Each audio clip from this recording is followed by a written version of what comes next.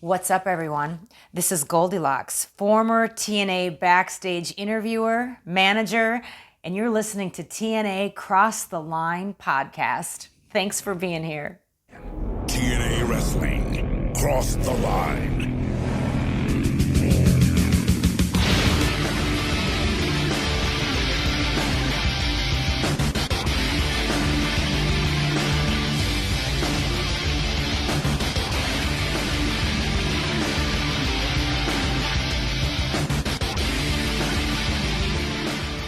And we're back with episode 188 of the TNA Crossline podcast. I am Bob Colling Jr. With me, as always, is Dallas Gridley.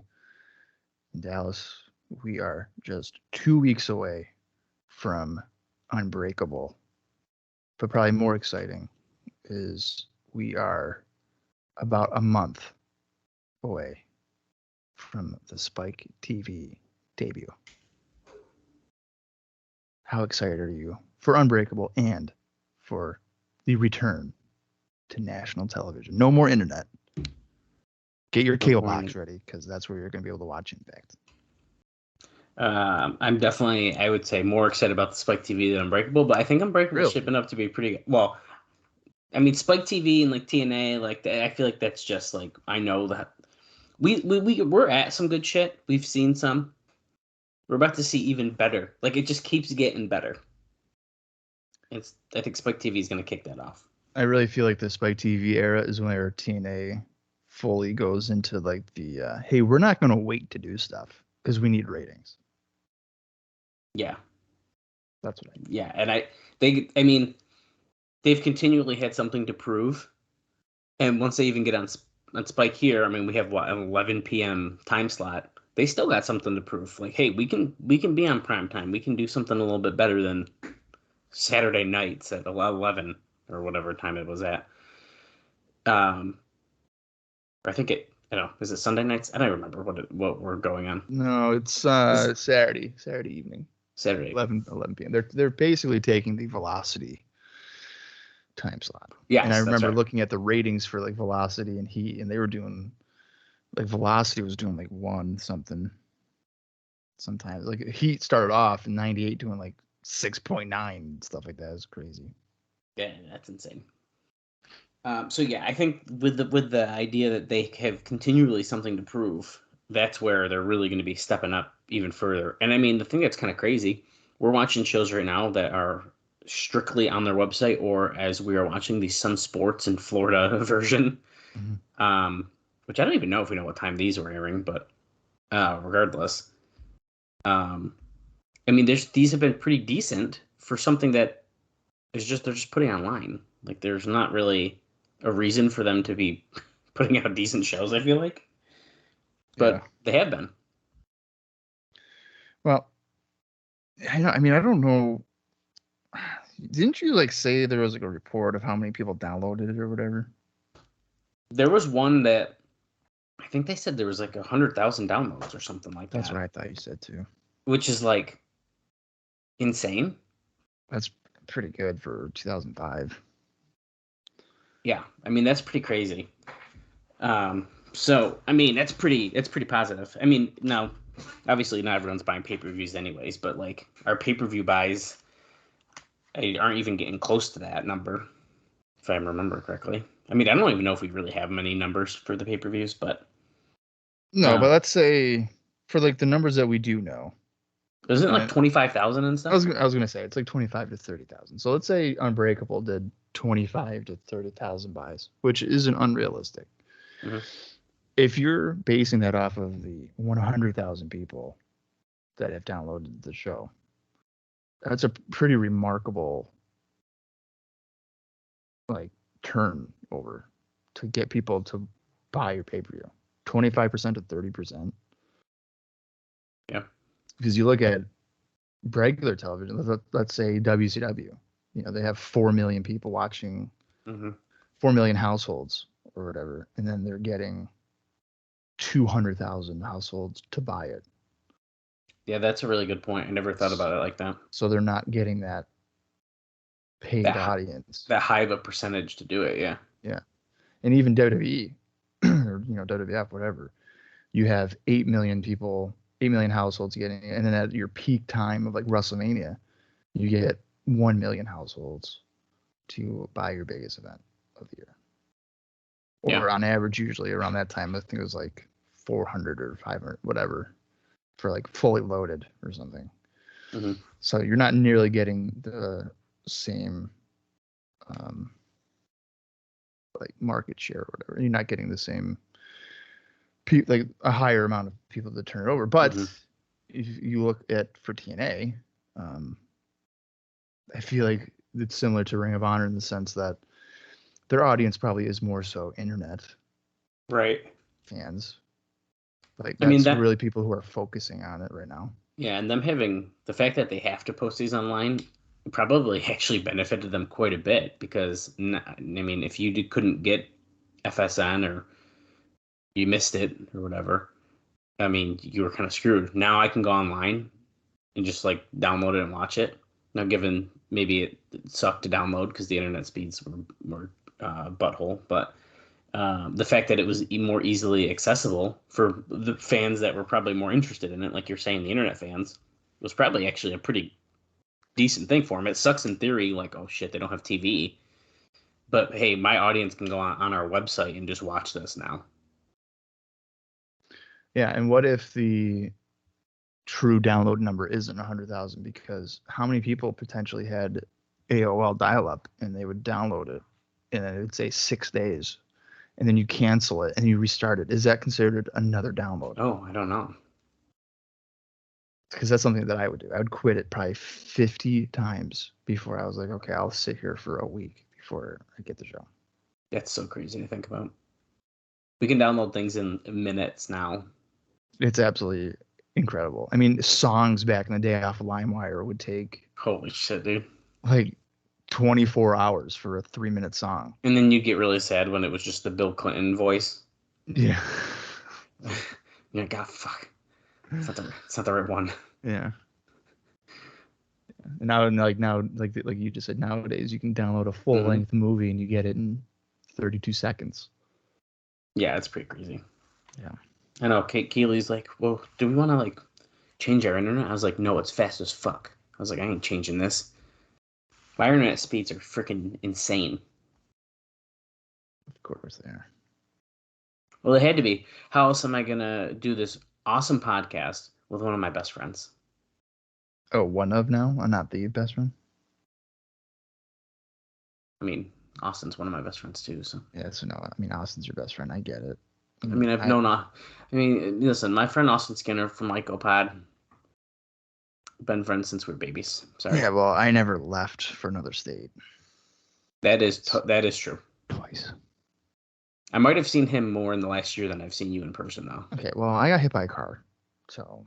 We're not talking about the car thing anymore. And I got hit by a car on my way to see you. No, it was not on the way to see you. Stop doing that. You were supposed to. Yeah. Well, technically, I was on the way to see you. But that just wasn't my first stop. I had to go to work first. And then I was going to go see you. So I was on the way. Right. In my traveling adventures. Right. And then you're in the bed and you're like, do you want to do the podcast? And hey, Bob, I know you just left the emergency room, but like, are we still good for Sunday? I asked you like 3 days later. Yes, you did. I figured you were healed. I didn't know the extent of your injuries. Man. Yeah, anyways. Enough of this garbage. Let's run down what happened on the last episode of Impact quick, and then we will dive into some news and notes. And then during the show today, Bob, we have quite a bit to talk about, including some names that are going to absolutely blow your mind that they are trying to get for the first episode of Impact on Spike TV. Okay, how many names are there? Oh, jeez. Let's see, 3. There's at least 3. Oh, wait, that's 4. And then there's rumors of other stuff that we're going to be chatting about. And then we have some contract stuff to talk about. We'll talk about during the show. There's a lot of like quick ones today, like boom, boom, boom. So that'll be a lot of during the show. There's a return potentially for the Spike TV debut. I mean, they're trying to load this up pretty heavy. And then I'll just tease you right now because that's just the kind of guy I am. On next week's episode, there's something we're going to talk about that absolutely blew my mind. Like, I could not believe that it was as close of potentially happening as it was. But that's for next week. Okay. Well, before that, so let's run down the card. Then we'll talk about some interesting notes, and then we'll start watching Impact. It'll be a lot of fun.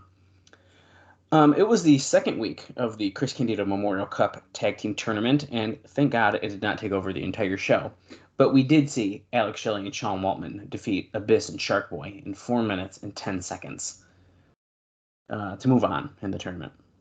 Then we saw the Diamonds in the Rough, Davey Young and Simon Diamond defeat Jarrell Clark and Mikey Batts in 2 minutes and 44 seconds.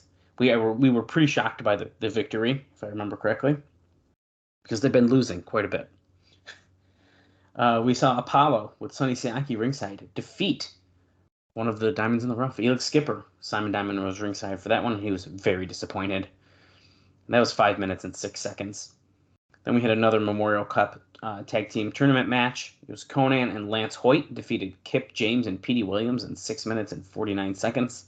And then finally, in the main event, Raven defeated Team Canada's Bobby Roode. Petey Williams was ringside for that one, and it went 9 minutes and 25 seconds. And I believe there was like a Rhino situation at the end. Yeah, there was afterward. Yeah. So, not a bad show. But we will be continuing the tournament tonight. And if I remember correctly, you don't really know much besides that that's what's going on today's episode.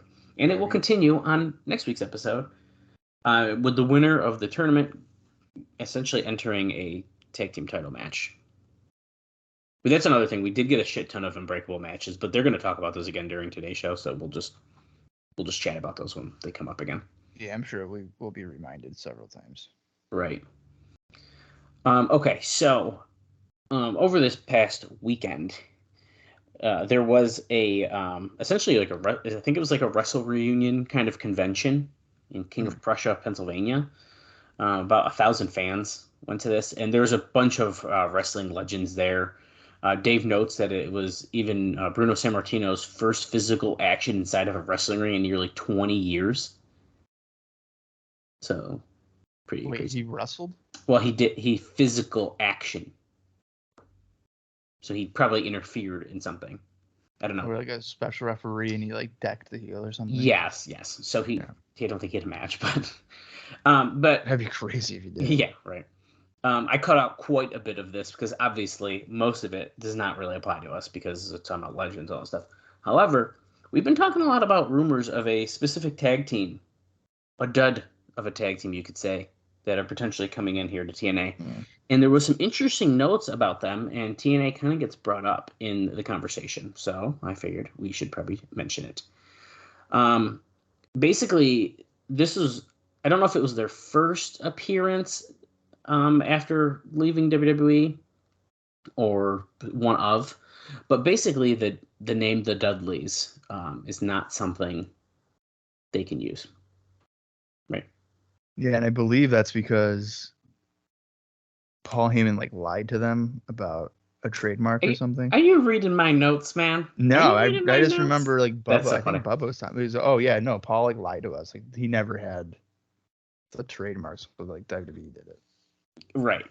So basically, in a rush here, the team came up with the name just 3D for the team for this event.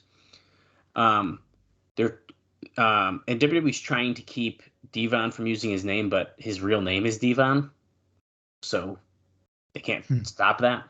Right. I mean, that's his name. And then obviously Bubba cannot be Bubba spelled Bubba or Buhbuh. He cannot use either one. They sent him a cease and desist about this. They're also WWE's claiming rights to their catchphrases, camouflage costumes, and stating they cannot wrestle while wearing glasses. So they're being hard asses about this Dudley situation. Well, they didn't wrestle with the glasses on. Well, they can't do it. They cannot do the glasses situation. So they can't come down with glasses. Yeah.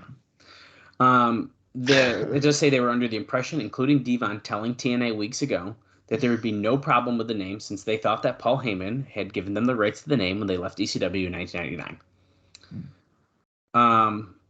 Now, I don't have a first name here, probably because it was earlier in the thing and I cut it out, but Hughes, I don't know which Hughes we're talking about here, but they told TNA this past week after receiving the letter that maybe there would be a problem after all.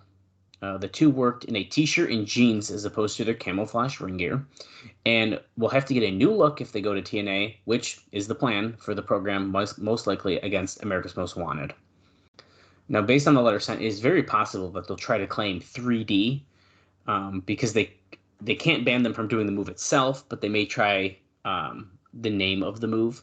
And Devon get the tables, quote, is a catchphrase, but neither was spelled out specifically. So it's very like, we're not sure what we can actually do. Right. There was a New York indie show they were appearing on which used the phrase get the tables. The press release was pulled with new wording because WWE wouldn't allow get the tables as on this indie show. So, I mean, they are even knocking that.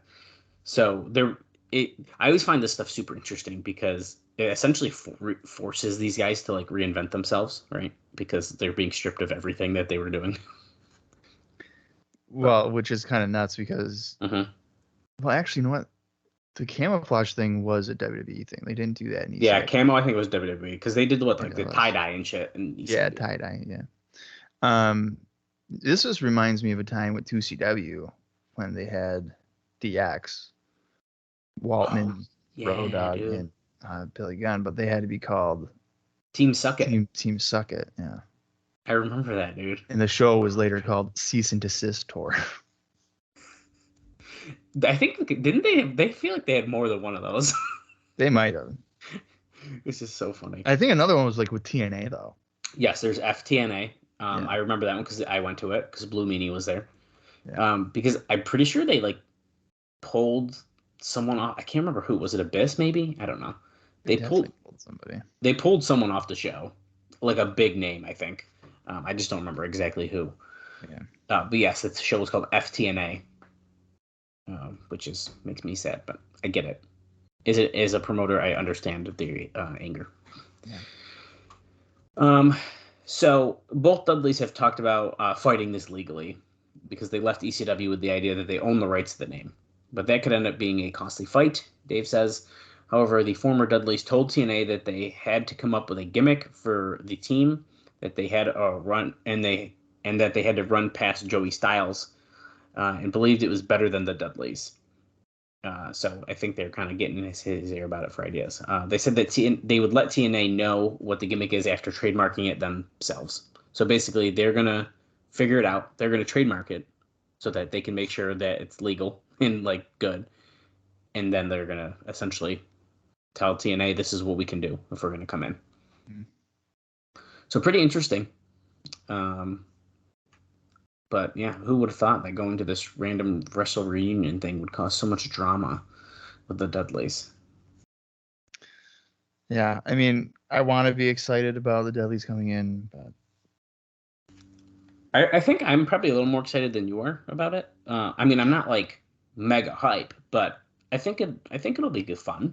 If they have to like change their whole gimmick, then maybe I can be excited about it. But if they're just gonna do the same thing but like alter it a little bit, I'll get bored of it pretty quick. Yeah, and that might be what happens. But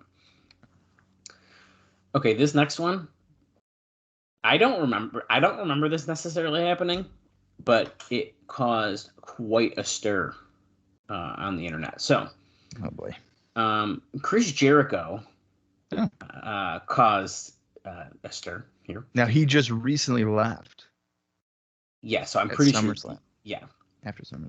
So this past week on his website, he posted a photo of him under a TNA backdrop, essentially making everyone think that he was maybe going to TNA.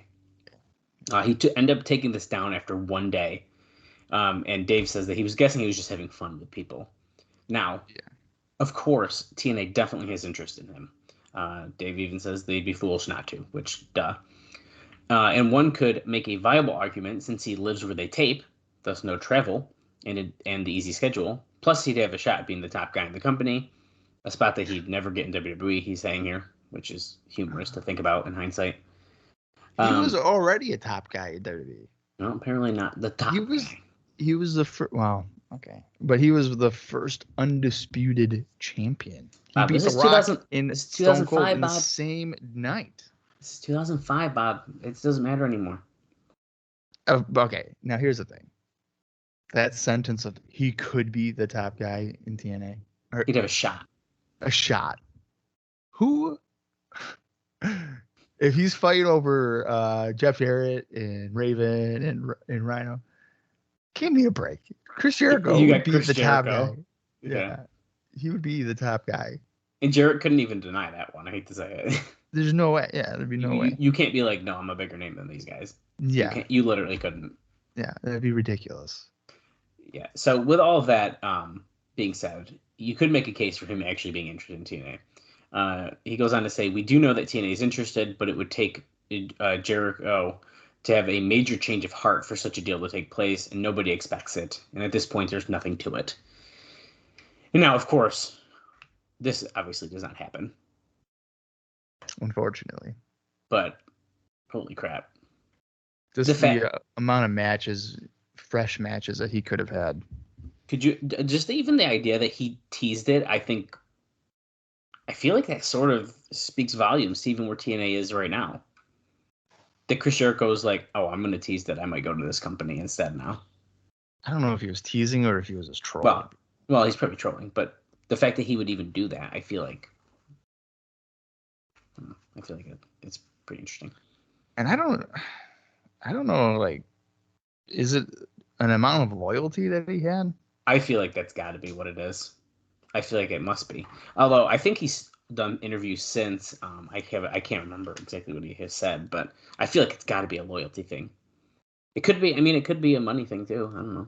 I know that he took time off for Fozzy, I believe, and he wanted to get into maybe some acting too. But it's almost like 2 years that he's gone. Yeah, I feel like it's forever.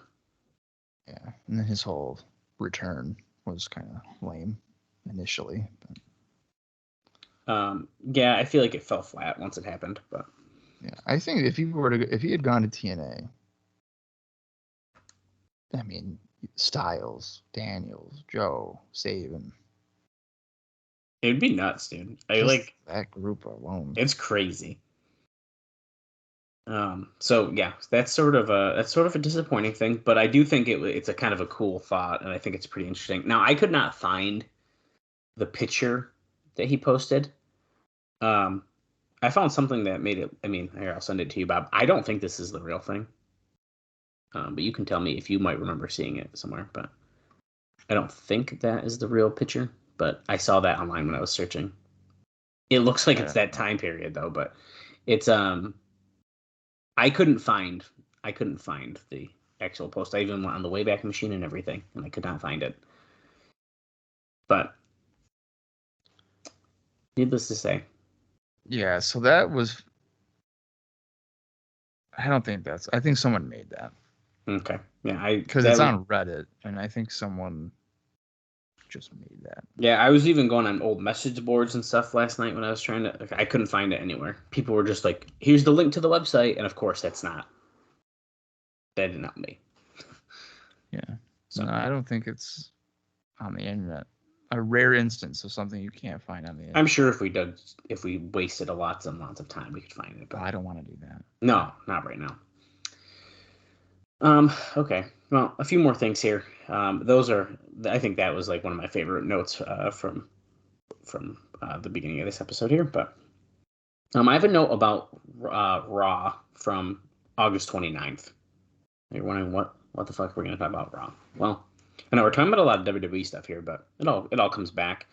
But interestingly enough, Bob, during this episode of Raw, there were Dave says that there was a game they were playing. How many UFC commercials in one episode of Raw? He answered 12. There's 12 UFC commercials. Mind you, Raw, Stell, and Spike, okay? And not only that, there were 2 TNA commercials that aired during Raw. Now, we heard the rumors that there's a chance that Spike might do this. Well, we're doing it.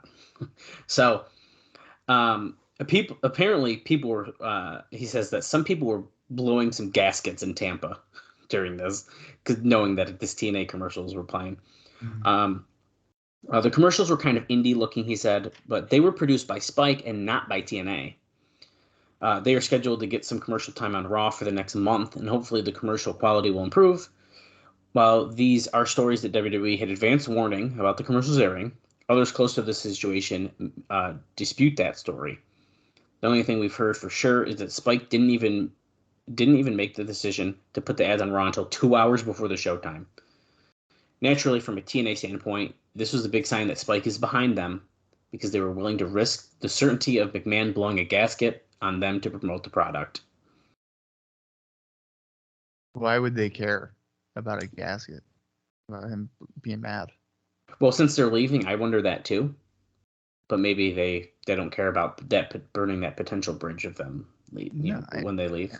That makes no sense. I mean, when they go back to USA, I mean, there's like a whole special, right? Like it's like the first episode in October. Yeah, I think is like the whole like. Yeah, well, actually, turn. I'm pretty sure we're going to talk about that next week too. Okay, so yeah. I don't understand. Yeah, you don't. Yeah, they're on your network or whatever, but they're not staying there. Right. And I'm surprised that they're hesitant. Like, 2 hours before the show, we're actually going to promote this new thing that we're doing. What? Yeah. Why do you have to even think about it? Just do it. Right. Speaking of Spike TV, though, this is my last note before we get into the show, and we have plenty more to talk about. But the TNA contract with Spike TV, which goes into effect on October 1st, is a 52-week deal lasting through late September 2006. Judging from the TV commercials, the plan to change the name of the show was overruled. So it's official. The name that was decided upon weeks ago was Impact on Slamming Saturday Night, which, of course, as we said, sounded really stupid, and Dave says was way too wordy. And Dave still thinks that it should be called Saturday Night Impact as opposed to simply Impact. But regardless, they are keeping Impact as of right now. Saturday Night Impact? I don't think we need the name of the day in it, but that's my opinion. No, you don't. I think you just call it Impact. You can say that if you want, but that doesn't need to be like the name. Do you think they're trying to avoid saying TNA Impact? I mean, that's like kind of the thing that we've been talking about that for a while. I think even of like no one wants to call it TNA. I'm gonna say I don't know if they're really avoiding it. I mean, let's think right now. Spike TV 2005. It's like the guys' network. Right. I feel like they would have eaten that up and like not cared, to be honest.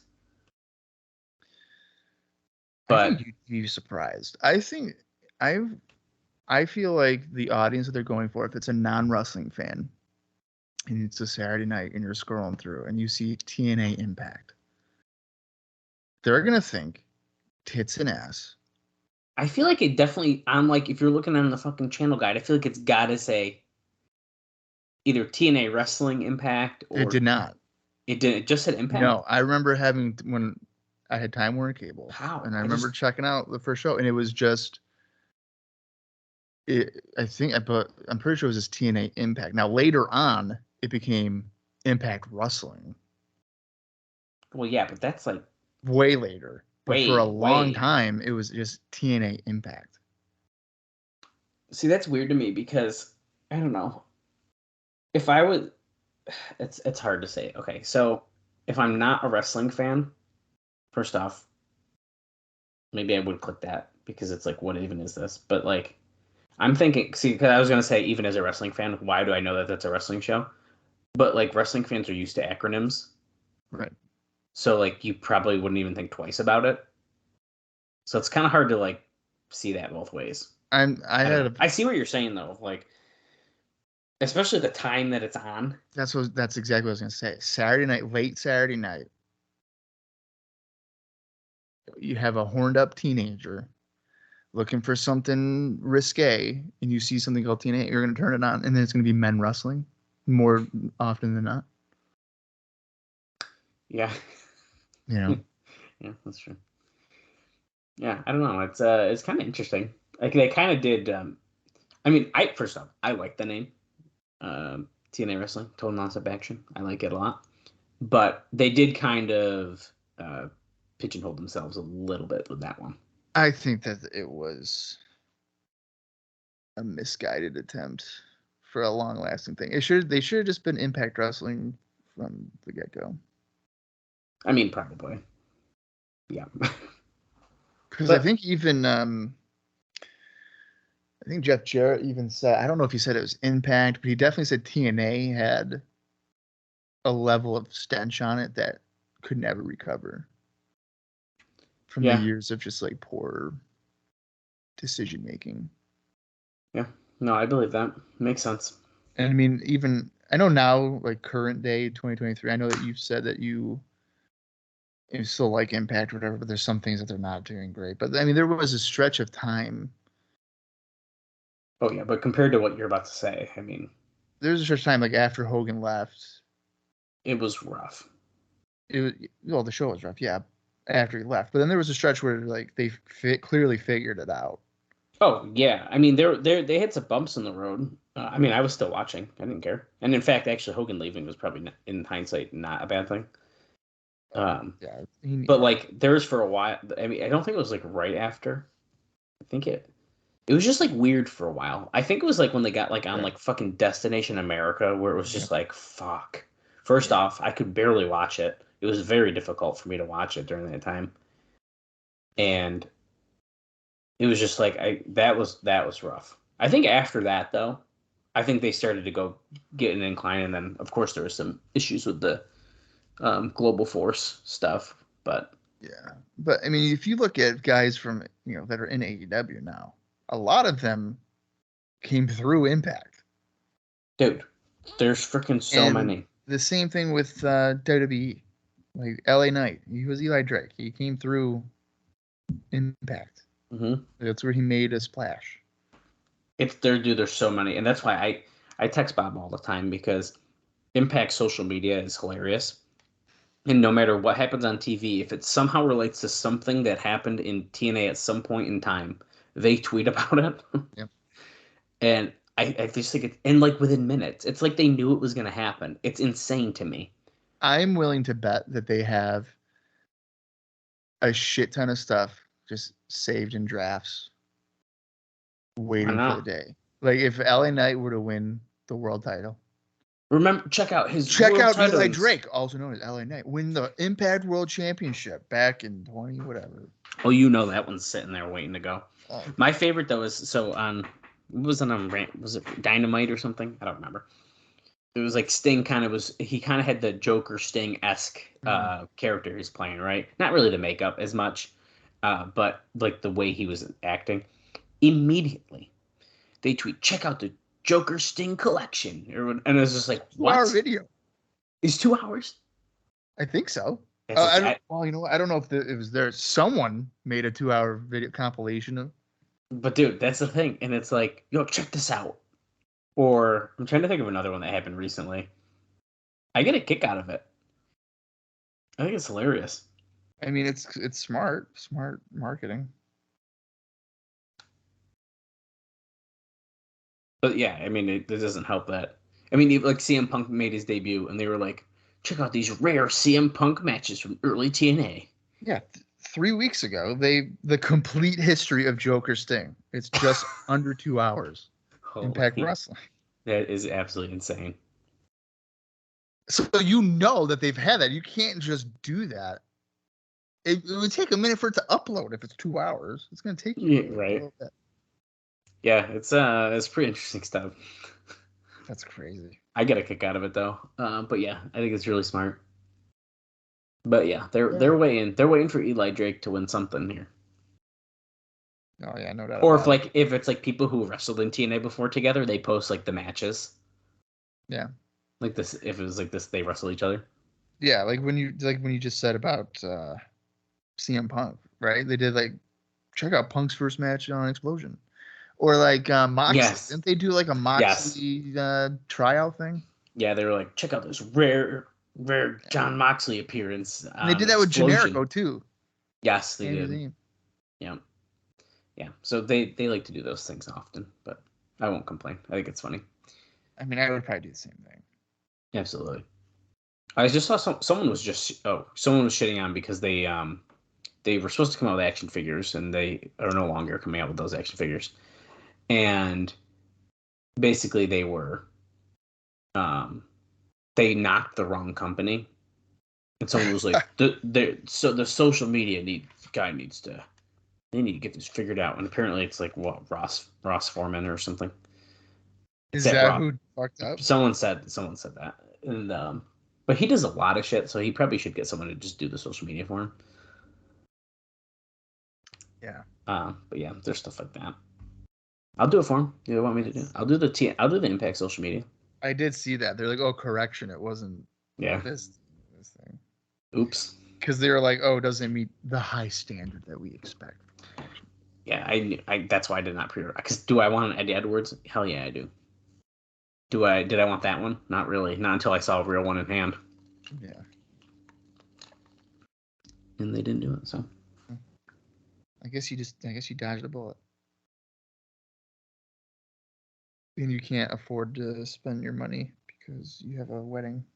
Whatever. Right. I mean, is this a bad time to tell you that I really want to buy? I'm afraid that they're gonna sign with Power Town. And you've seen this, right? The Brian Myers and Matt Cardona 2-pack. I did see that, yeah. I mean, and I sort of think they're gonna sign with it because of this. Because Brian Myers comes with the Impact digital title. So then I'm like, do I need this 2-pack? Because I want Impact figures for sure. I don't know. What do you think? Do I do it? How much is it? It's $100. Oh, I know. man. $100 for a 2-pack? It comes with a lot of accessories. Like what? Every championship that Cardona's ever won? No, it comes with the NWA title, different hands. They have multiple heads. Did he? What? Is he the NWA? He didn't win the NWA title. He did.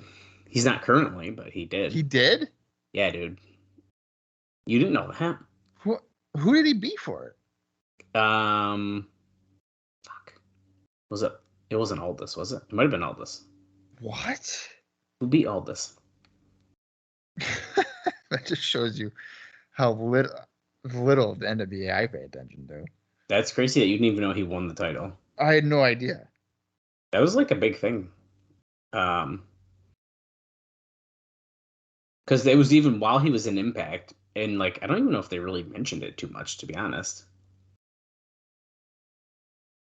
Which is pretty interesting. See, but the problem is he does so many indies.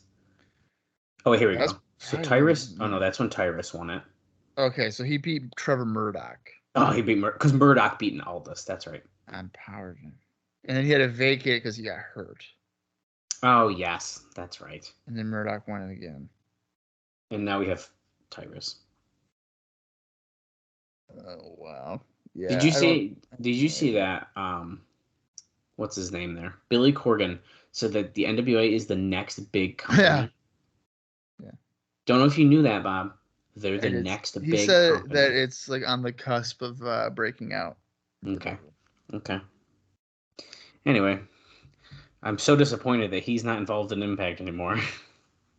Yeah, I mean, he doesn't know what he's talking about. He has no fucking clue. He is obsessed with Tyrus and big wrestlers because that's what the NWA is about. It's about size. Mm-hmm. Right.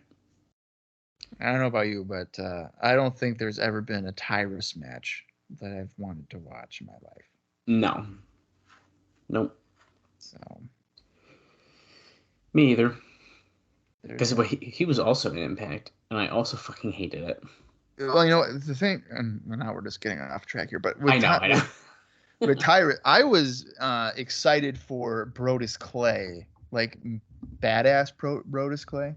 And then he came out as a Funkadactyl. Yep, and I checked out. I was like, nope, I'm not. No, This guy's dancing and being a fuck you. No, not doing it. That's a swerve, bro. Yeah. And then I don't know, man. And then I like really saw him wrestle. And I was like, you know what? I think I was wrong. I don't think I like this guy.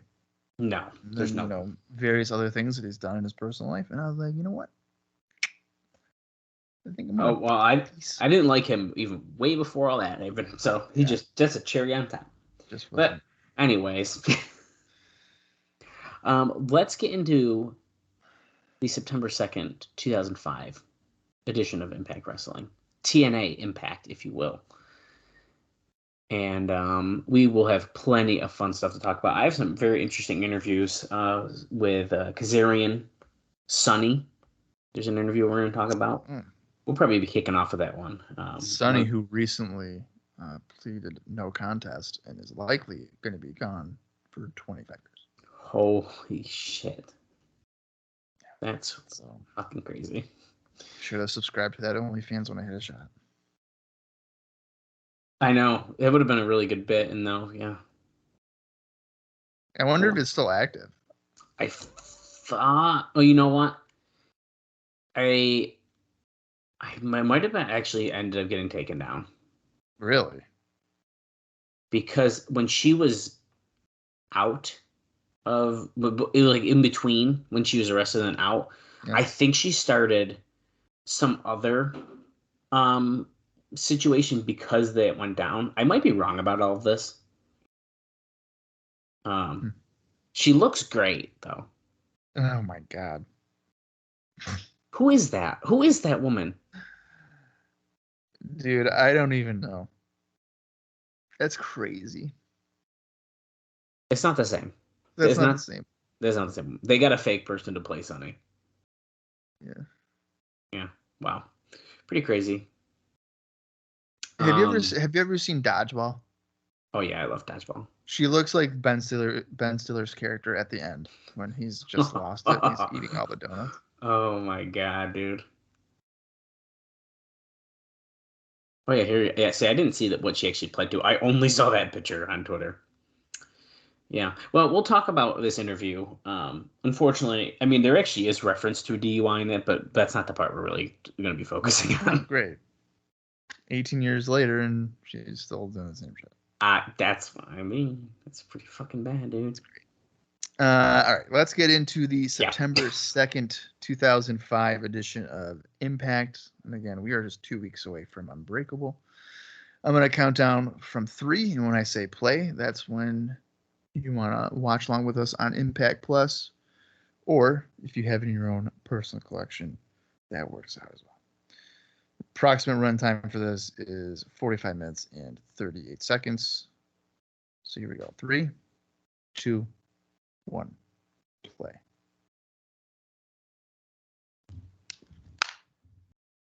This is TNA, the new face of professional wrestling. Well, this is from last week. It's Shane Douglas listening inside of Larry Zbyszko's office because Jarrett's really angry.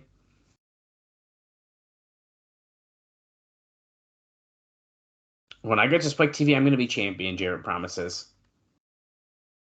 He's not going to ask anymore. He's demanding. This was all happening on our last episode. Or actually, 2 episodes ago. Sorry. I think it was 2 episodes ago. Because this was after Rhino pinned Raven at Sacrifice in the tag team match. And there he is talking to Rhino. You step aside. Let me have your shot. I'll win the shot. I'll win the belt, and you can have the first shot. Rhino says, yeah, I'm going to get my match. Or, you can get your match after I beat Raven Unbreakable. So Rhino's basically like, nah, dude, I'm going to get my match first. And as of right now, Rhino versus Raven, I believe, is already announced as our main event for Unbreakable.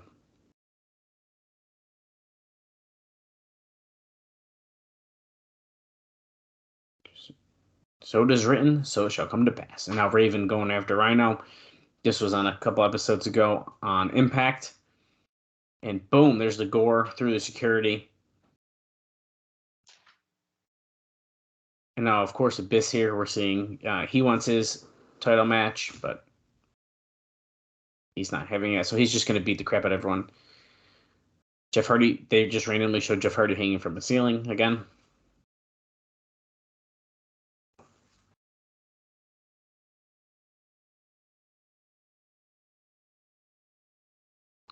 Lots of fun highlights from like 2 episodes ago, but here we are. Oh, the lights are out. Who could it be? Yeah, Sabu is kind of feuding with Abyss right now. But then, like, Jeff Hardy's randomly back because he's not fired.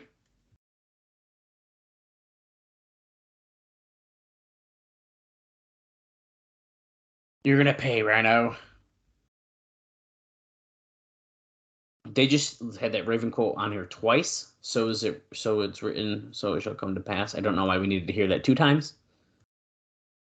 They have that flipped. This image is flipped. Look at the background. What the fuck? Why did they do that? They showed that already, too. So it was Jarrett talking to Rhino again, but they flipped the image, and the words on the fucking poster behind him are backwards because they flipped it. They already showed it the right way a minute ago. Someone's not paying attention. Well, I think they were trying to be cool and edgy with their editing, and it just didn't work for me. We are starting off with the Chris Candido Memorial Cup. This graphic is nice, except the giant Sun Sports logo that's covering it up on our screen. So with Shocker, Sabin, Truth, Dutt, and then Waltman, Shelley, and Konnan Hoyt is what we got on today's episode. It looks like Waltman and Shelley are starting us off here. I thought that was Kevin Nash's music for a minute. But it's just Sean Waltman. Yeah, it's... Six Paw, shut up, Waltman. They said both. So, let's kick it off with this Sonny interview because it's about it's about Chris Candido. That's what we're talking about, right? Basically, she said that she wasn't even aware that TNA had done a Chris Candido Memorial Tag Team Tournament. Terry Taylor had been trying to contact her, and they'd been playing phone tag, but he hadn't even made mention of it in any of the messages that he'd left. That's what she says. She also says that she didn't blame TNA or Sonny Siaki for Chris's death, since it was a freak injury, the likes of which he'd suffered many times during his career, though she did wish the hospital had given her more accurate discharge information after his surgery. She noted, however, that Chris's parents felt the promotion was responsible, and she hasn't spoken to them since the funeral, though.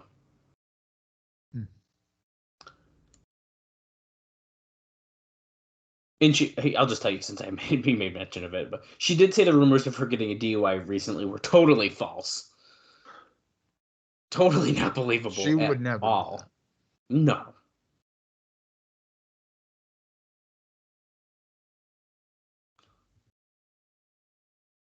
Let's see. Do I have any notes about any guys in this match, too? I don't know if I do.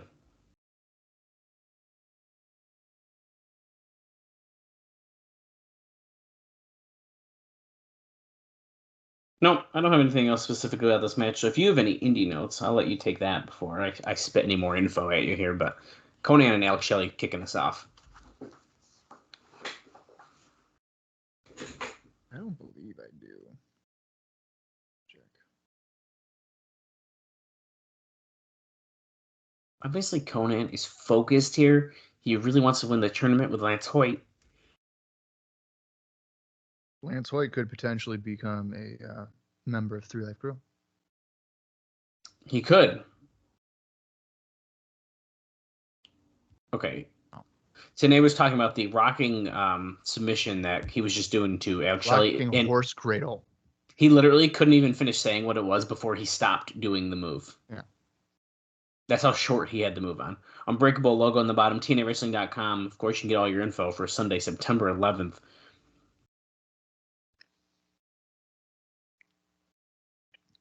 I'm really hoping that. Oh, shit. Definitely dodged that kick. I'm really hoping for Waltman and Shelley to win this tournament. I do think they're probably the best team in this, as far as this actually makes a little bit of sense. Yeah. The way that both of their personalities are. Although Konnan and Lance Hoyt, man, you got the Hoytomaniacs, you got the shoe fans.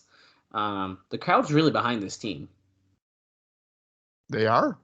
Yeah, look at the Hoytomaniacs right there. I see the t-shirts. There's at least 3. There's 4. I see at least 4. Konnan with those pre-bumps on those spin kicks, man. He does not want to get hit. No, he don't. Nope. Oh, yeah, so you got the Hoytomaniacs, and of course, you watch him take his shoe off and see how many shoes get taken off in the crowd. Now, I don't know if I'm just crazy here. Now, of course, these are all taped on the same day, these 4 episodes that we've been watching and will be watching. I feel like the crowd is not lit as brightly on this episode, and I'm wondering if it's because maybe they had a little bit of an exodus during this part of the taping. I might be overthinking that. It looks pretty full still. We don't have numbers, though. I have no numbers. Double clothesline. Once again, I feel like Konnan he ain't feeling it very much right now.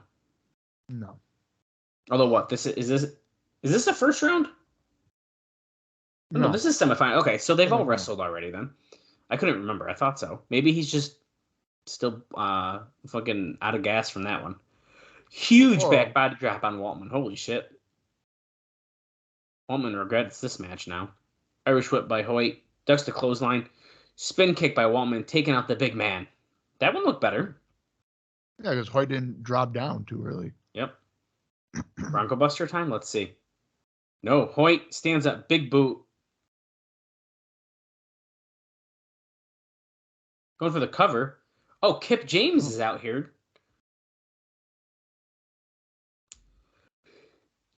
Oh, low blow by Waltman. And, of course, that means the X Factor. There we go. That's kind of been his new signature here. The low blow into the X Factor. Waltman and Shelley move on.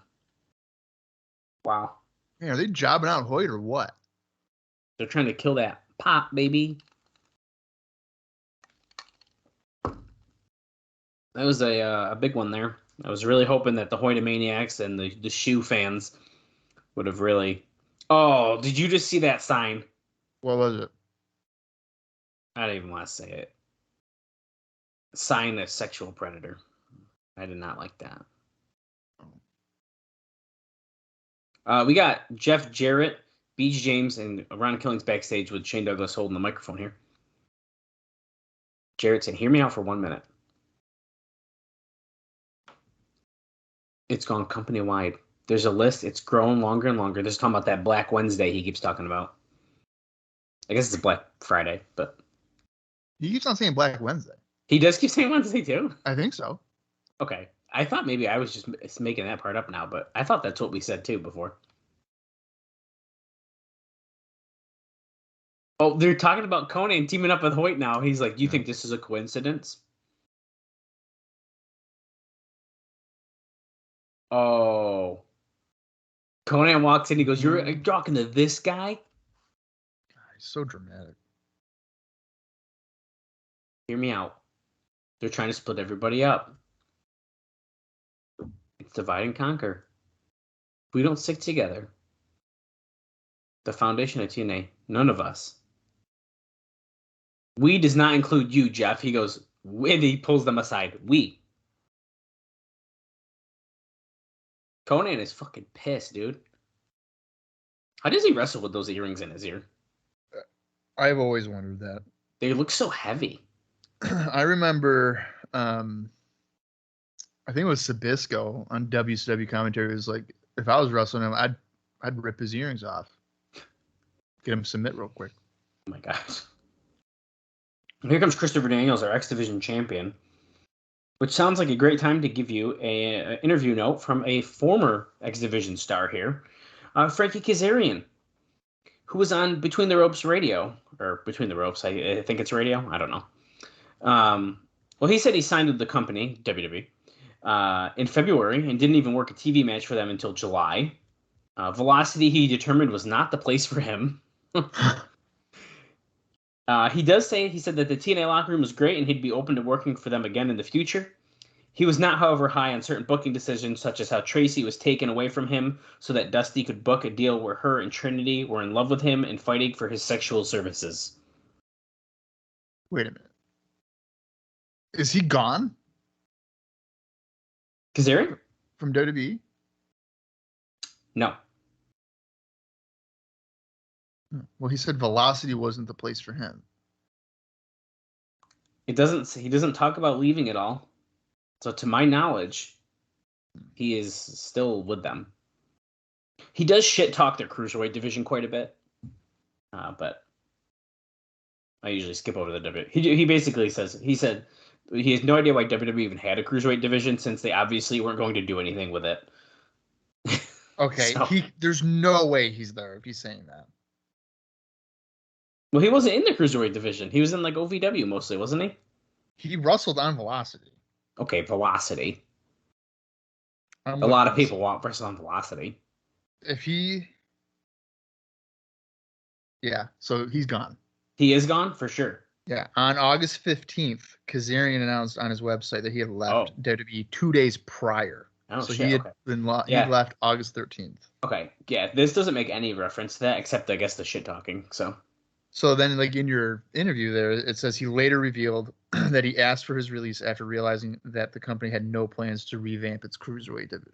Okay, there we go. There you go. Yeah, it doesn't. It literally.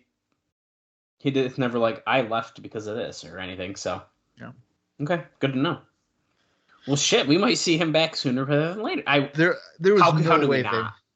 I don't even know if WWE guys really do those type of interviews. No, that's a really good point. That's a really good point.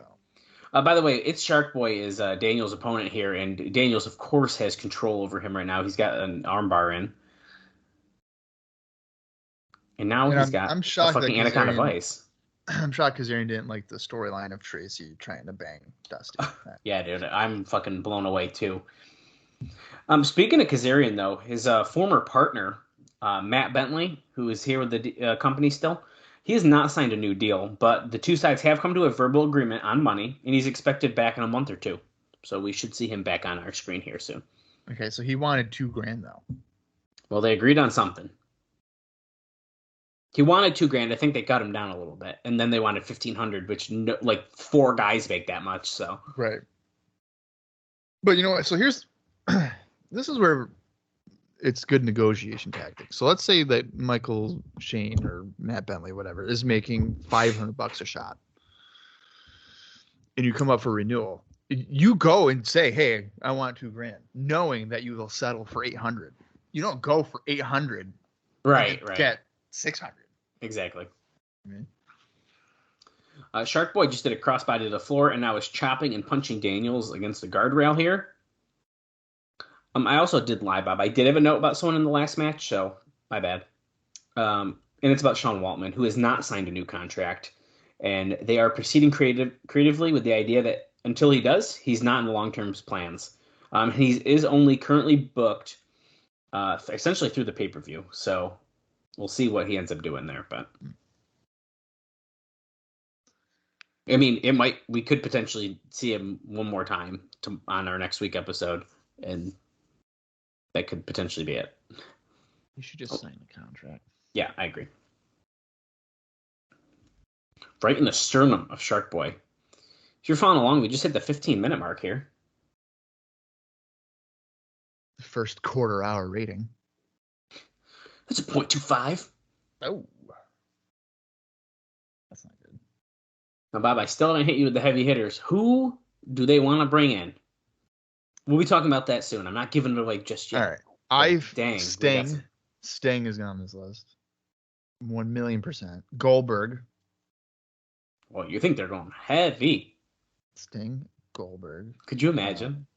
That's fucking nuts. Hip toss by Daniels.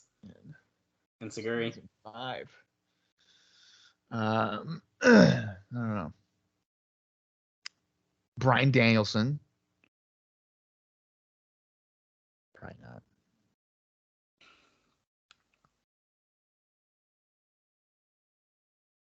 Shark Boy rolling away. Oh, Sabu and Abyss. Does that just get made official for Unbreakable? I don't think we had that one yet. Oh, drops Daniels on his knee. Good clothesline by Shark Boy. I gotta say, Shark Boy's getting more offense in this than I would expect normally.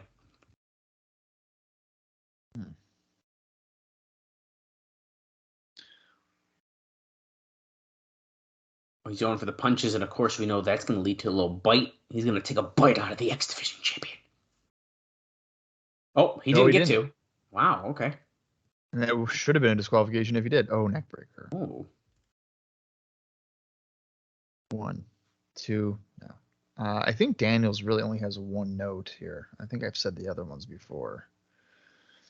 On August 28th, Christopher Daniels defeated Chris Sabin and Petey Williams to retain the X Division title for Blood, Sweat, and Ears 2 in Norval, Ontario, Canada.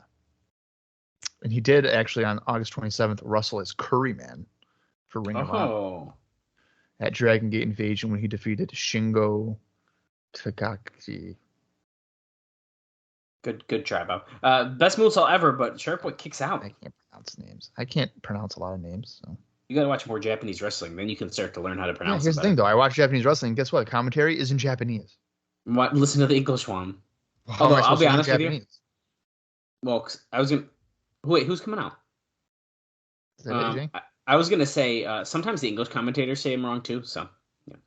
Like Kevin Kelly cannot say Okada's name correctly. That's great. You know, I knew that it was AJ just because his collar was popped. The collar popped down, dude. And his Aero Pastel shirt. Yeah, and it was a far away shot too, though. What the fuck? Holy Shark Boy just pinned shit. Daniels? Oh, He's the X Division champion. God. I cannot believe this. This That's has changed Unbreakable.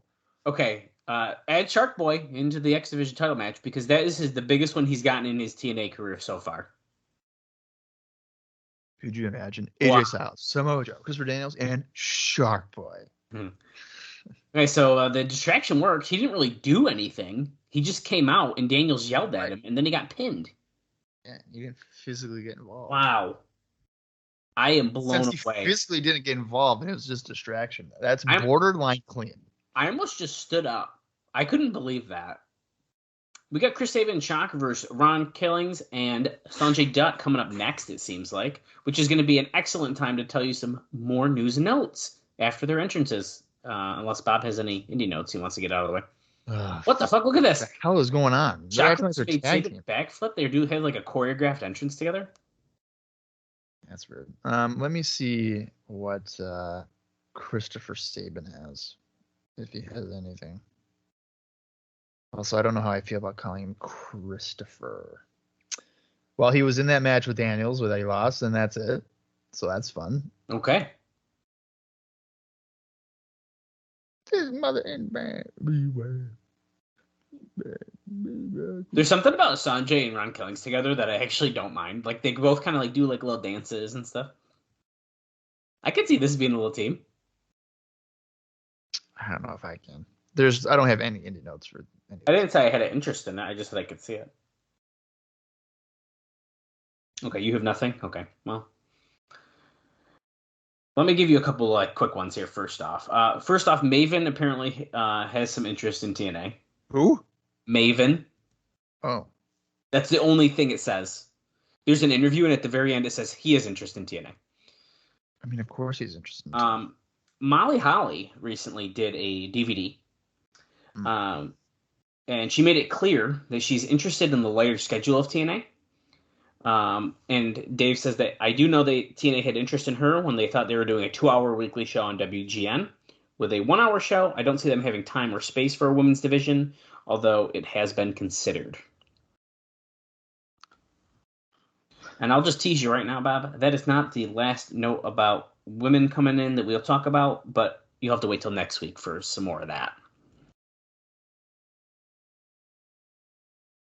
And another quick one before we talk about probably more fun stuff. Even though there are reports in Japan that Kenzo Suzuki is signing with TNA, there's nothing to that. So they're reporting it in Japan, but yeah. Well, that put me at ease. Thank God. That Sonjay, Dutt, and Shocker are starting us off here, by the way. Yeah, I got some heavy hitters to end us with, so I'm not giving you all right away here. We're only 21 minutes and 11 seconds into the show, okay?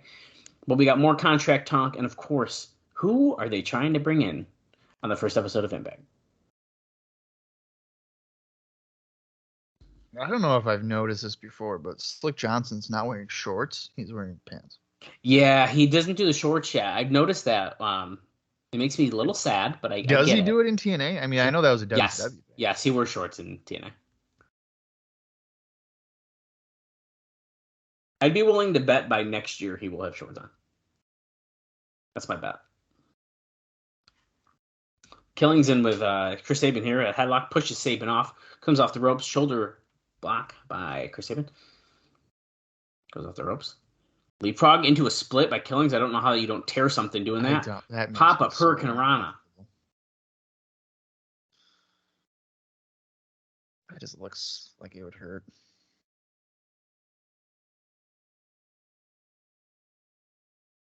Power slam by Ron.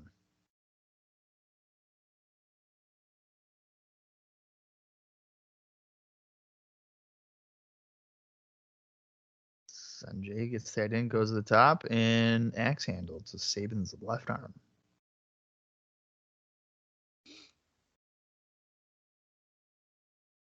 Twisting elbow drop.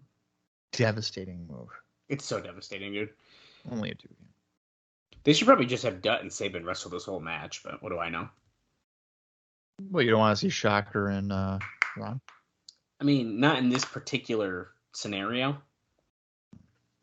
I mean, Shocker's kind of outstayed his welcome to me in this promotion, but nice kicks by Dutt. And then he's going on the top. He can do press. But he missed. Oh. Sabin went for like a powerbomb, and he Dutt flipped off, and Seguri. Wow, this is a lot of... Hey, this is a towel guy. He's back. Yes! That was a really good sequence there between the kicks and the reversals and everything. Really enjoyed that. Shocker's in now. Oh, commercial break upcoming is Shocker and Dutt. Double-handed bulldog. We're back. A commercial on a show you have to download. Remember, some of them are airing on Sun Sports, so they have to still add in those breaks. Of a bitch. Yeah, remember, I can't forget we got that stupid logo in the corner. One more episode with that bullshit. I can't wait until it's gone. Yeah, but then we're going to have a Spike TV logo. I'd rather. Because on normal TV, the logo will be like nice and subtle in the corner. That one's fucking bright yellow at the top of the screen. I hate it. I'd rather the Fox box. It was easier to crop out for our social stuff. That's why I don't like it. Let's be real. I got to deal with this shit. Half the time I Photoshop it out. Oh, you do? Yeah, I gotta give away my secret. If I can, I will.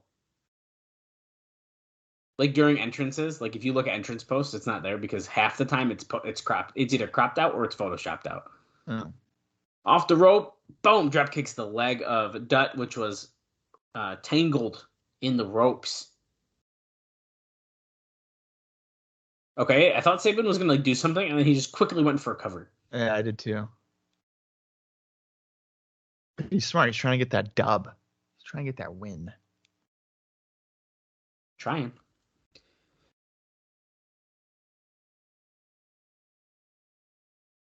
I'm glad that they're doing these tournament matches not as like the main event of the show. Well, I'm sure. I would imagine the finals will. Well, that's fine, but like, although this one's better than the first one was. Yeah. But regardless, if we were like watching a tournament match to end the show, I might be a little bit more checked out right now. And well, like you kind of said, Sabin and Dutt have been kind of working the majority of this. Thank God. Half crab. Oh, I thought he just kicked him in the nuts, but he pretty much just telling him to flip over, I think. But Sabin really has control here over Dutt. He's working on the right knee.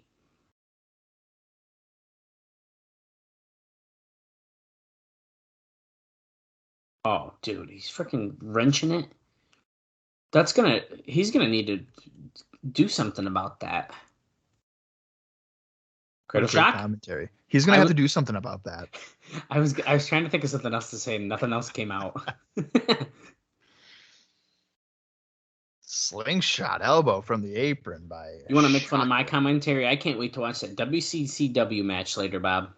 That's right. I'll let you know what I think about it. Plug your thing. Yeah. So, nice little modified famous with her. Austin Skinner and I. From IcoPod fame. YouTube page. Austin made it. It's wrestling recaps. creative. I thought you just had that already, to be honest with you. I didn't have anything.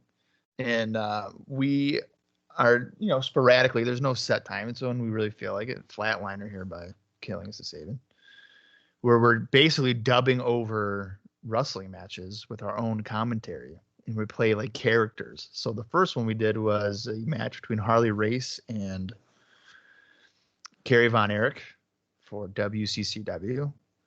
And Austin plays the straight commentary guy, and I am the heel commentator. And we uploaded that a week ago from today. So August 13th, spoiler alert on our schedule of recording. And shockingly, there's been like 150 views already. Nice. I think I liked it. I liked it. Like, I thumbed up the video. Oh, but you didn't. So I may have not watched the entire thing yet. I will. But I definitely I did a little Sabin gets a pin. That last whole thing was pretty good. Shocker sent Killings into the corner, and then they just beat the shit out of Dutt. So Sabin looks like there maybe is a little dissension there, but they should. I think they're happy enough. I think we're happy enough with what happened. So, yeah, so they're arguing. So our finals now are Shocker and Chris Sabin against Sean Waltman and Alex Shelley. I agree. I think we kind of know the favorite to win this tournament. Yeah. Well, Shocker and Sabin hugged it out. I'm saying Waltman and Shelley just because Waltman's the name. I mean, it makes sense. Monty Brown coming out now here. We haven't seen the Alpha Male in action in a while, it feels like.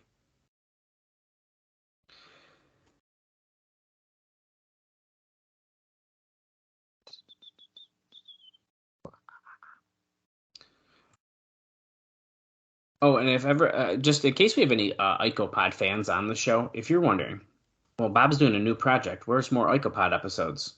You can send Bob a DM over on Twitter because he's got 3 episodes to edit. I have 2. Okay, uncensored and Slamboree. We only recorded them a year ago. February. It's almost a year ago. 6 months ago, we recorded an episode of Listen, lately, I think 2 or 3 days ago, I was like, you know what? I think I just fucking upload uncensored. Just fucking do it. And then I thought about it, and I was like, I really don't want to sit there and wait for it to fucking download. Oh, please, dude. That's the easiest part. No, it takes forever to fucking convert. You literally click the button, and then you can go do something else while it finishes. I can't because if the fucking thing, if my screen goes dark, it fucking fucks it up. You have 2 computers. So what? It only works on one of them. You go like this, and you touch the mouse pad, and it. Yeah, I know. It takes forever. Siaki is facing off against Monty Brown here. I have a feeling I was about to start telling you notes, but I feel like this match is going to be 2 minutes. It's not even going to be 2 minutes. Probably a minute and a half.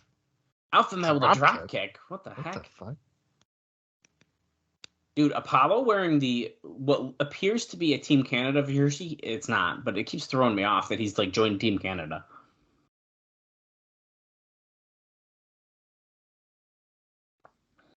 I want somebody to join Team Canada, and then Mike Tenay will interview them and be like, "Why did you do it?" And he'd be like, "The healthcare system." Oh, there we go. Heel kick by Siaki. Okay, I'll tell you this one really quick since we were talking about Team Canada. Is Siaki swing neck breaker? Boom. Oh, hold on. Kip James just came out. What the fuck, man? Kip James keeps coming out here. Oh, Siaki almost just got the pin, but Kip is attacking Petey. Or not Petey, Apollo, sorry. See? Hey, dude, I got so confused. I said Petey. It's Apollo. Nice dive, though. It does look like a fucking Team Canada jersey. And it might be. Who knows? Now, I want to point out, Kip has not, holy shit, the pounce on the floor. Oh. Kip has not touched Siaki yet, so that's why there's not a disqualification yet. Monty just pushed the referee, though. So, Monty's got a chair. Is Andrew Thomas waving the matchup? He called it. Oh, no. Oh, into the throat. Slammed the chair down. Are we about to write Siaki off? Do you think, dude? Here's the thing. Okay, it's fucking Wrestling 2005. He'll be fine by the end of the night. No, it's fair. Monty is now going after Apollo in the ring. If this was like 1986, he'd be out for 4 months. Well, you could get a DDT and be out for 6 months in 1986. That's true. Steel chair to the head of Apollo. Kip and Monty Brown really going at it on What this. is their issue with Apollo and Siaki? Nothing? No, I think they just want to start shit. Because here you go. Big Lance Hoyt with the save. Now remember, they interfered in his match earlier. Storytelling. This is cinema. Oh, right. Multi-layered storytelling. Right. On the same show. I mean, we're really... And look, they kick Siaki again on the way out. Jesus Christ.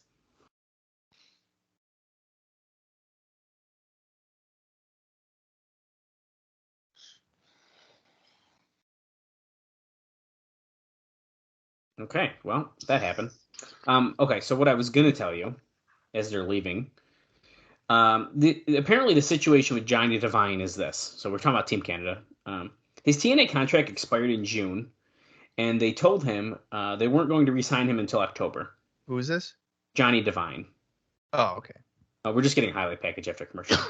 He called the office and asked if he could do jobs under the JP Parsonage name on WWE television since he wasn't making any money. They had no problem with that. Dave says, I don't know if it's a guarantee that he'll be back by October or in October, but Scott D'Amore is really pushing for it, and he is the head booker.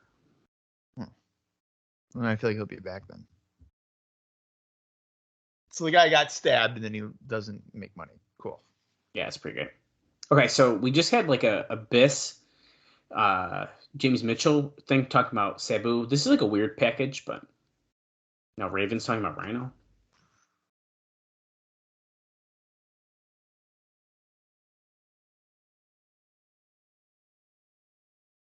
Oh, okay. He just threw me off. So he said, when you tried to gore me and you gored the shopping cart and said, and then I hit you with the kitchen sink. And I'm thinking, when the fuck did that all happen? He's talking about Backlash 2001.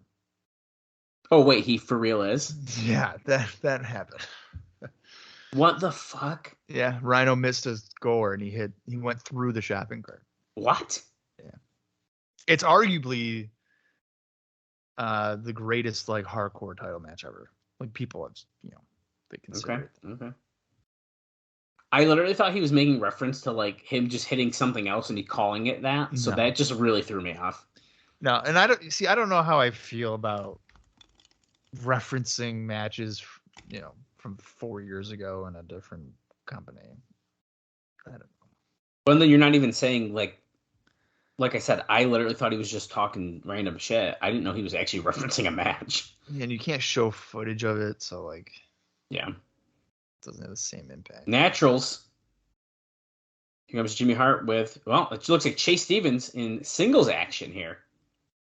I can get behind this. Chase, especially, this is about around the same time I watched 3 matches that he had with Chris Michaels. Oh, yeah. In Tennessee, thanks to the Brian Turner VHS Rehab. Yes, friend of the show, Brian Turner. Friend of the show. I'll see who his opponent is, and then I should probably start getting through some of these notes because we're entering the last, like, roughly 10 minutes of the show, I think. Yeah, we are. 10 minutes and 13 And I got some good ones for you guys. I've been holding on to them a little longer than I anticipated, so. Who is he fighting? Oh. One of AMW. Which one is it? James Storm? He's looking pretty excited. He is smiling. He is pretty happy. He's giddy. So we know who's going over tonight, folks. I need that AMW shirt that Chris Harris has on. That is a nice shirt. I'd rock an AMW shirt hardcore. We find the defendants guilty. There's not one on eBay? I will look momentarily. I'm looking right now. Screw it. I would wear vintage TNA shirts to wrestling shows, like, strictly, if I could.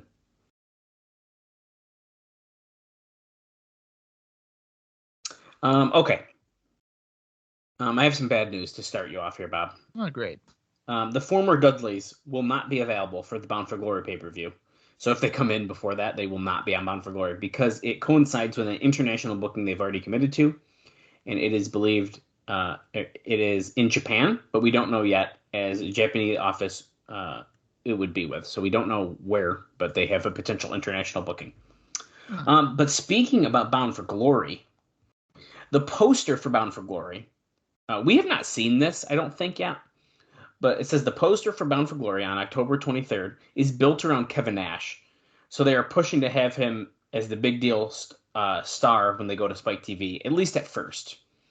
Well, they probably have a bunch of really good matches booked underneath, is what Dave says. Okay. So that's our potential, one of our returns.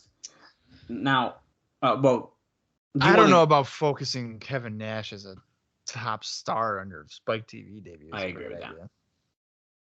That was a nice little skin in the cat there by Storm. Now Bulldog on the outside to Chase Stevens. Would you like to make any last minute guesses before I tell you some people who they're trying to get in? Okay, I'm gonna say Sting, Goldberg, maybe Jericho. Who would be another? These are all great guesses. Lance Storm, Justin Credible. Whoa. Slow down. Quick commercial break as we just hit a suplex on the ramp. Okay. Canyon. Oh, okay. Buff Bagwell. Lex Luger. Okay, we're good with Scott guesses. Steiner. I actually missed one thing before we say that. One more Bound for Glory note. And it's actually someone they're trying to bring in, so it kind of coincides with this. Okay. They are negotiating with Jushin Thunder Liger for the Bound for Glory show. Wow. Okay. They've been trying to get either he or Ultimo Dragon for months, but there were Japanese dates conflicting for Liger, and Dragon has expressed interest in coming in only if he can get a contract. Okay. So that is a potential. Impressive, then you can get your title, your contract there. Right. Now, let's start off with the less exciting of the names they're trying to get in. And that would be Tito Ortiz is expected back once TV starts as for a top program with the idea of pushing commercials during the UFC programming. The Ortiz is on TNA. The company was thrilled with how he performed and acted backstage when Dusty Rhodes brought him in the first time as a guest referee for the Jarrett vs. Styles match. Beautiful moonsault by Chase Stevens, taking out Storm, but gets a 2 count. Now, once they lost TV, the feeling was that there was no point in using him until they got TV. They were planning on using him on the WGN show, with them going to Spike right after UFC. It is even a better fit. So, I get what they're going for, but yeah. Okay, and last but not least, Bob, our final note, and finally, what you've been waiting for is Chase Stevens. Sunset flip, but James Storm rolls through. Holy shit, wicked hard kick in the head. Who is this guy? I think he is Loki. Right, goes for the cover. 1, 2, no. They are attempting to get, that's right, the Stinger to come in. And that's not it. They're also trying to get the one, the only, the best there was, the best there is, the best that there ever will be, Bret the Hitman Hart on this first Spike TV show. Now, neither have committed to this. Now, Dave says his impression is if Hart was to appear, it would more likely not be on the first show. And unfortunately, Sting has been cold on the idea when approached about doing any TNA dates. Why? Why wouldn't I don't know. Sting is a confusing human being. Wait. Rhino Abyss versus Raven Sabu next week on Impact. Just heard that. Oh, great. So what do you think about the Bret Hart one? I don't know what he would do. What would be the point of that? I feel like he'd have to be like a commissioner kind of guy, right? Unless it's truly just an appearance and like, could it be like what they did in AEW where it's like gives the title in a match or something? Yeah. Isn't Sabisco like the commissioner guy? Well, maybe there's a new championship committee, okay? And it's Bret Hart, Larry Zbyszko, Kevin Nash. You know what they should do? Kevin. You know what they should do? They should do something where Bret Hart is on the committee, but you never see him, just like Terry Funk was on the championship committee, and we never saw him. Never see him live, and he sends videos from home via satellite. Yeah. That could work. Why not? He still technically appeared then. Yeah. It's safe to say that Bret Hart, there's absolutely no fucking way he's about to show up. So, no. The Goldberg one is interesting. The idea. I mean, I'm surprised they're not trying to get that more. He doesn't need it. Oh, going for the eye of the storm potentially, but Chase Stevens slipped out. Chase Stevens has him up. Death Valley Driver. That's right. 1, 2. No, James Storm kicks out because, as you'll remember, he came out happy. So he's definitely been. Wait. He's not doing the job. Someone came out wiping his brownie, the broadcast position? Or is he talking about Harris being over there? 1, 2. Stevens, it's another 2 count. The Naturals have been so blessed with who they've got to work with. I think they were better off with Chris Candido, but, here we are. Storm with a backdrop. Cover Stevens. 1, 2. No. And we're at 42 minutes, 33 seconds if you're following along at home. 3 minutes remaining. Did somebody say 3 minutes? Nice drop kick by Chase Stevens. Can I just say, the whole wedding thing, when he rips off the face, is burned in my memory forever. Good shit. I think that was one of the best things ever. I don't know. Did you, when you watched that, did you know it was Eric Bischoff at the time? No. Because they fooled the fuck out of me. It was so freaking good. Yeah, no, it was definitely well done.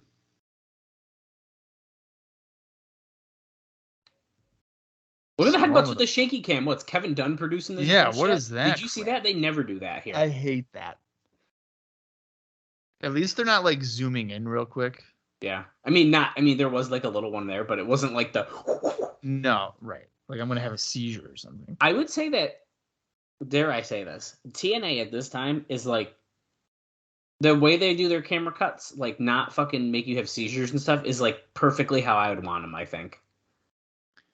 I don't know how many times, well, Harris and Douglas are chirping at each other here, but I don't know how many times on Twitter I'll see a video of like Raw or something, and they're doing a camera switch on each strike. Dude. So if there is 2 guys doing a flurry of strikes, like 15, there is 15 camera cuts. At least 15 camera cuts. Yeah, and it's like repetitive. Like there's no breath. It's like, how the fuck? Oh, double super kick. Nice. Oh, and Storm is almost falling out of the ring. Harris, what did he just?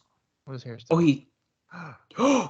Oh, he pointed across to Andy Douglas, and then he pushed James Storm on top of Chase Stevens, and he got the pin. That was a little dirty. That's a little heelish. Oh, look at him. Dude, they're so turning heel. Are you shitting me? Let's go, baby. There's something that tells me they're going to be wicked good heels. Dude. Jimmy Hart's that pissed. laugh is not a confirmation. I don't know what is. Oh my God. He's yelling at the camera. I can't quite make out what he's saying. He just said that's a preview of the pay-per-view. We're going to have new champions? I'd say if they win the titles and turn heel, it's going to be awesome. It's going to be really fresh, and I think it's something that we need. So my vote right now is that they leave as champions and turn heel. V1? Did you see that V1? I mean, I hope that they don't win the titles because I don't want the Dudleys to be like the next champ. Like, I don't want them to be the first team. I see what you're saying. That's a fair point. But I kind of think I want them to be champions. I mean, I understand why, but okay. Well, we went off the air. What did you think of that episode? I mean, it was pretty middle of the road. I mean, nothing of real substance happened to it today. Yeah, I think that's pretty fair to say. I mean, I really liked that little teaser at the end there, but I mean, I would say, even action-wise, it was kind of okay. The stuff between Dutt and Sabin in the tag match was pretty good, but besides that, yeah, I'd also agree, middle of the road. Which I would say that's a nice thumbs in the middle from Dallas. Yeah, so I guess since I don't do thumbs in the middle. Oh boy. I can't say it's a bad show. Okay, that's where I think you should probably land here, because I feel like this was similar to, there was an episode, what was it? 2 episodes ago. I also gave it a thumbs in the middle. It felt very similar to that episode where it was like nothing really happened. Yeah, but it's not a bad show. Like Right. I wasn't, trying to rip my eyes out for 45 minutes. Right. Okay, well, you guys heard it here first. It's still considered a thumbs up episode then. Yeah. Overall. Sorry, guys.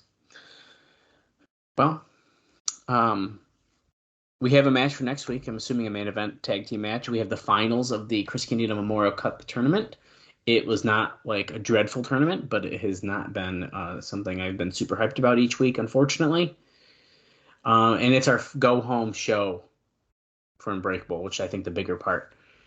So I'm looking forward to it, so that we can get to our next pay-per-view here.